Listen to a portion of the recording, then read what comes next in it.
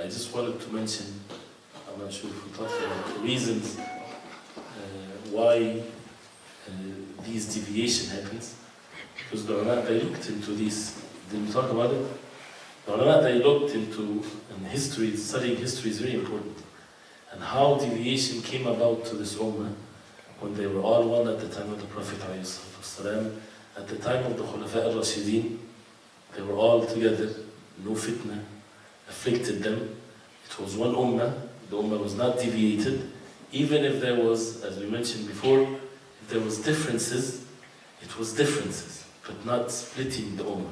The ummah was not split, right? As some of the Orientalists, they would claim such a thing. The ummah was not split till the end of the generation of the Sahaba radiallahu anhum. This is when the split starts to happen. And this is something that Allah subhanahu wa ta'ala mentioned in the Quran, the hadith of the Prophet sallallahu alaihi wasallam. This is fact of life. As we said before, that the difference between this ummah and the nations before they split, yes, but the truth is lost among all of these different sects and so on, because there's nothing has been saved for them. For this ummah, the matter is totally different. Allah subhanahu wa ta'ala saved for us everything that we need to be exactly the same way it was at the time of the Prophet ﷺ. Everything. The Quran has been saved, the Sunnah of the Prophet ﷺ saved perfectly, and not just that, the explanation of that practically by the life of the Prophet ﷺ, practically by the life of the Sahaba radiallahu anhum, how they applied the deen of Allah, how they understood the deen of Allah subhanahu wa ta'ala. And that's why the Prophet ﷺ, he said, whoever lives among you would see many differences. So as a result of that, فَعَلَيْكُمْ بِسُنَّتِي, stay on my sunnah and the sunnah of the Khulafa al-Rashidin al-Mahdeen min ba'di, and the significance of mentioning the Khulafa al-Rashidin, not just the sunnah of the Prophet ﷺ, but also the way of the rightly guided Khalifa, because even the things that came up after the Prophet ﷺ, so the ijtihad of Abu Bakr and Umar and Uthman and Ali, and the consensus that the Sahaba were on, this is the way of the Prophet ﷺ.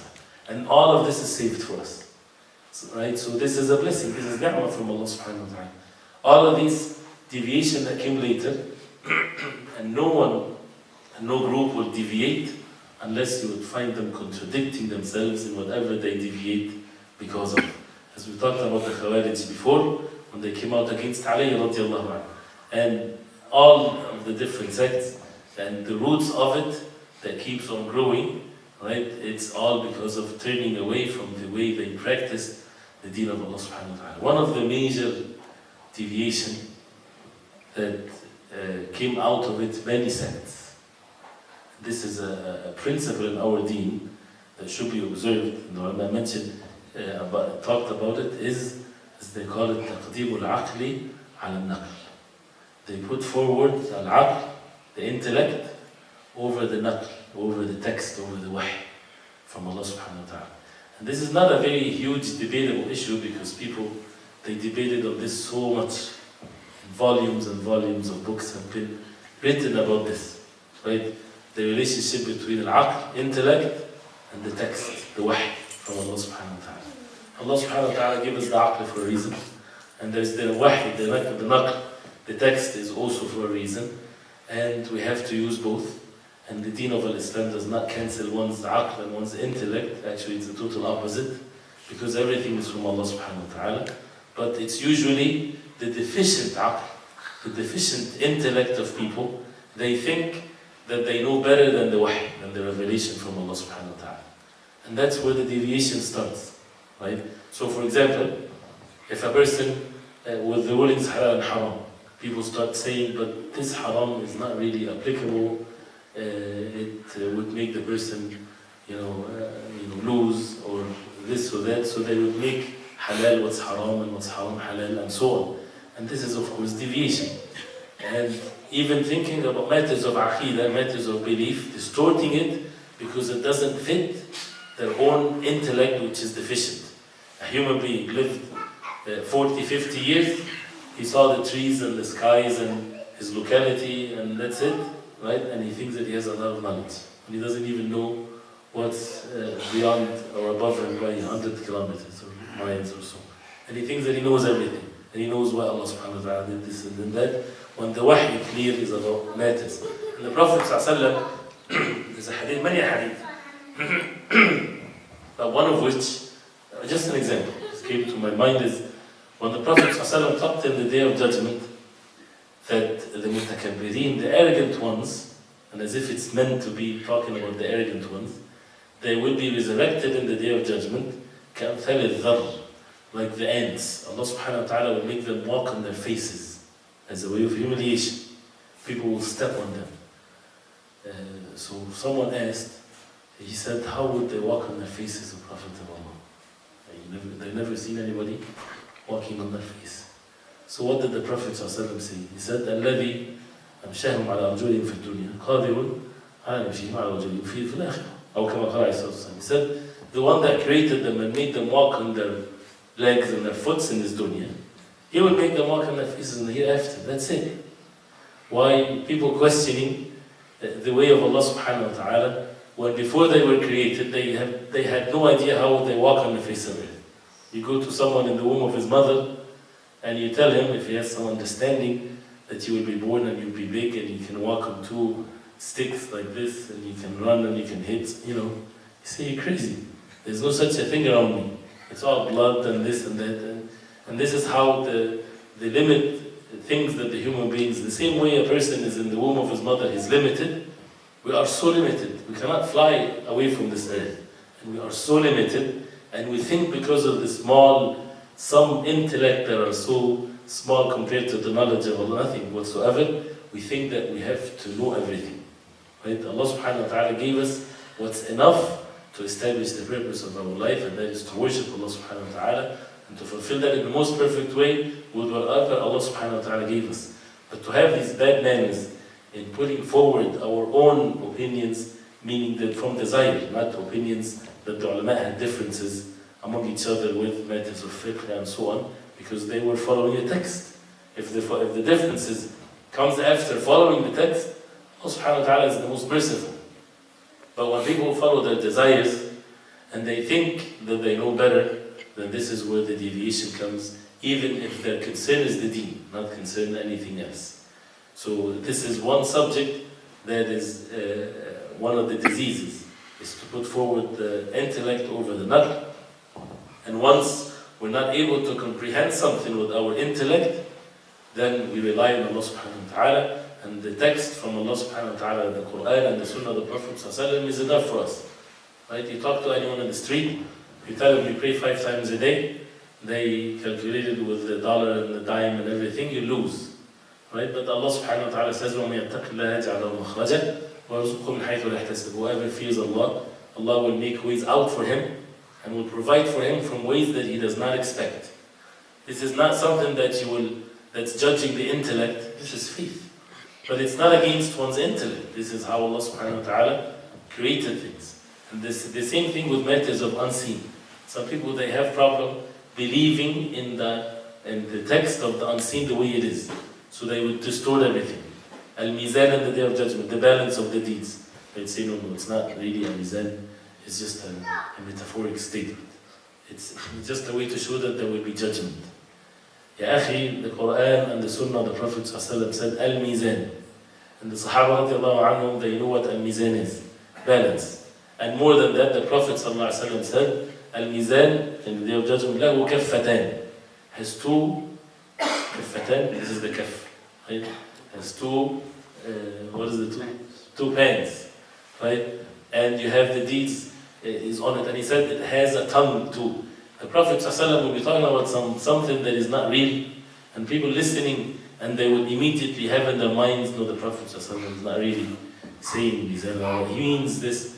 Where did that come from? Where this is one of the basic principles that people with intellect and linguistics they agreed upon. الحقيقة لا يحول عنها إلى المجاز إلا بدليل. الحقيقة, something physical, when it becomes majaz, when it becomes metaphoric, you have to have an evidence. Right? You don't change something physical to be something else just based on your desire. And again, as the hadith of the Prophet ﷺ, Allah knows best. If we cannot comprehend it, it's okay. It's nothing wrong with it. And all the unseen, we cannot comprehend it. We cannot know the essence of it because we didn't see the like of it. We don't know how that would be in the day of judgment. That's why how it is, Allah knows best. But we know what it means, we believe in it, and we leave it to Allah subhanahu wa ta'ala. Say Allah subhanahu wa ta'ala knows best. And that would take care of many of the distortions and things like that people would fall in. When you read the Quran, Allah subhanahu wa ta'ala, told the Bani Israel that they used to do that. Yes. Whatever the haram, haram. Right. And they had that letter of Allah subhanahu wa ta'ala. No. How does it differentiate us if you're doing the same thing? We're doing the same thing. This is a very dangerous thing, very good question. For Bani Israel, it has been mentioned in the Quran, every time Allah subhanahu wa ta'ala wanted to do something, they twist it. They find a way out, like the story of the cow, or the story of fishing, right? They would make the hiyal, at-tahayul, deceiving. They think that they can deceive Allah subhanahu wa ta'ala, and so on and so forth. And Allah subhanahu wa ta'ala, they received the anger of Allah, and they were cursed and so on. And what is our situations as this ummah? The same thing applies. As Allah subhanahu wa ta'ala mentioned in the Quran, why this has been mentioned about Bani Israel? For them to repent to Allah subhanahu wa ta'ala, and for this ummah to learn that the same way will be repeated. For those who would imitate them, who would follow the same path as they did. And this is what Allah subhanahu wa ta'ala says, لَيْسَ بِأَمَانِيِّكُمْ وَلَا أَمَانِيَّ أَهْلِ الْكِتَابِ مَنْ يَعْمَلْ سُوءًا يُجْزَ بِهِ. It's not by your wishful thinking or the wishful thinking of the people of the book. Whoever do evil, he will be dealt with it accordingly, and whoever do good deeds, he will be dealt with it accordingly. So the same disease, and as the Prophet ﷺ said, لَتَتَّبِعُنَّ سَنَنَ مَنْ كَانَ قَبْلَكُمْ حَذْوَ الْقَدَّةِ بِالْقَدَّةِ. That you would follow the ways of those who before you, exactly the same way, handspan with handspan and so on. Even if they enter the hole of a lizard, you will go behind them. So the Sahaba radiallahu anhum, they said, the Jews and the Christians, the Prophet ﷺ said, who else? That means yes. So the same way, in the way they took the religion. Anything that is difficult, just change it, doing something else, make what is haram halal, and so on, so that pleases, whatever pleases people, right, they're ready to compromise.